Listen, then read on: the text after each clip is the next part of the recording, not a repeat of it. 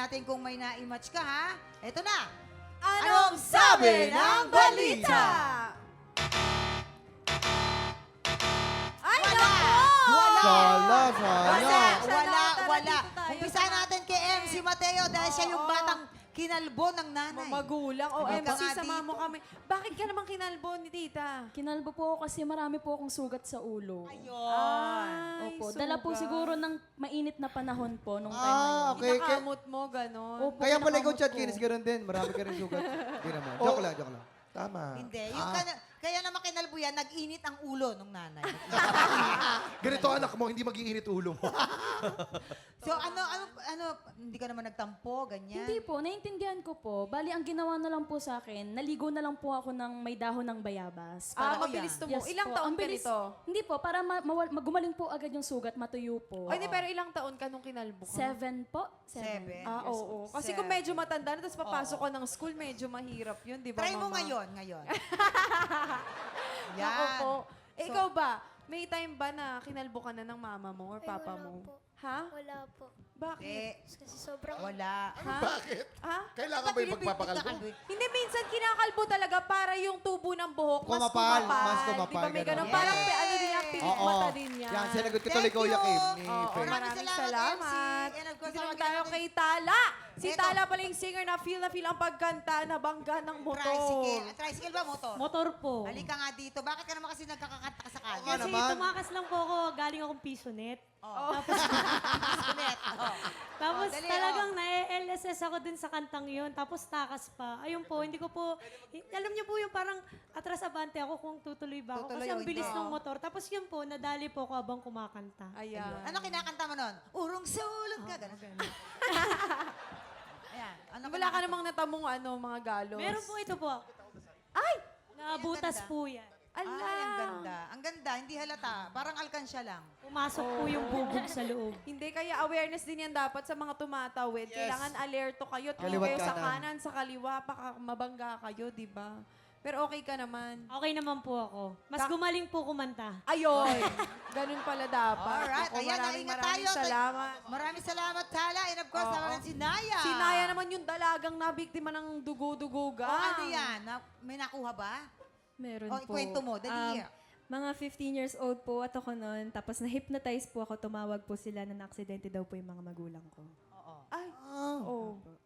kapalit. Tapos- Magkano nakuha sa yung pera, if you don't mind? Mga 6 digits po. 6 digits. Ah, talaga. Grabe. Ang nakakapagtaka, pinakuha ka sa kanya yung pera sa kwarto, studio type sila nakatira. Paano ka na-hypnotize? Paliwanag mo mabilis. Ano po, parang tinawagan po nila ako through phone. Tapos pinalabas po nila ako para Ayan. ihatid yung At pera. sumunod ka na ng parang wala kang will, sumunod ka lang. Wala Galing. po ako sa malay. Galing nila no? Hoy, marami sila ngayon ha. Magpapasko kaya mag-iingat Oo, kayo. nga, mag-ingat Yes. Mag-iingat kayo ha. Yung mga bata, yung mga kasambahay na naiiwan sa bahay, pagsabihan niyo po sila, mag-iingat po tayo. Maraming mga ganyang modus ngayon. O bilang nangyari to sa'yo, Advice ano yung po yan sa mga advice na viewers, mabibigay ha? mo sa mga manonood natin? Maging aware po tayo sa mga paligid po natin kung namamanmanan po tayo or kung may nakukuha po silang impormasyon tungkol sa atin, wag po tayo basta-basta magbigay ng ating personal Correct, information. correct. Oo, para si Kuya Jason may sinasabi. Ano yung Hindi, sinasabi alam mo, yung, yan, naman nag-hypnotize. Siguro si Kuya Kim hindi mabibiktima. Kasi ang daming trivia bago itanong lahat. Alam mo ba pag-hypnotize? Yan naman. Saan ko dadalhin hospital? Alam mo ba ang hospital? Ang hospital, hindi na nga. Sabi, Ayan, maraming salamat. Thank you, Naya. Thank you sa pagbahagi na inyong mga kwento kay MC Tala and of course, Naya. Thank you. Oo, Nevin, Nevin! naka-0 point ka. Paano ba yun? Ayan. Nag-enjoy ka naman. Opo. Masaya ka, babawi ka ha? Opo. Uwi ka next time, Yes, ha? babawi. Oo, yun Ayan. na nga. Maraming salamat, Nevin. Eto na, sisimulan na natin ang pamimigay ng blessings. Hali-hali-hoy na po sa pagbabalik ng TikTok Live!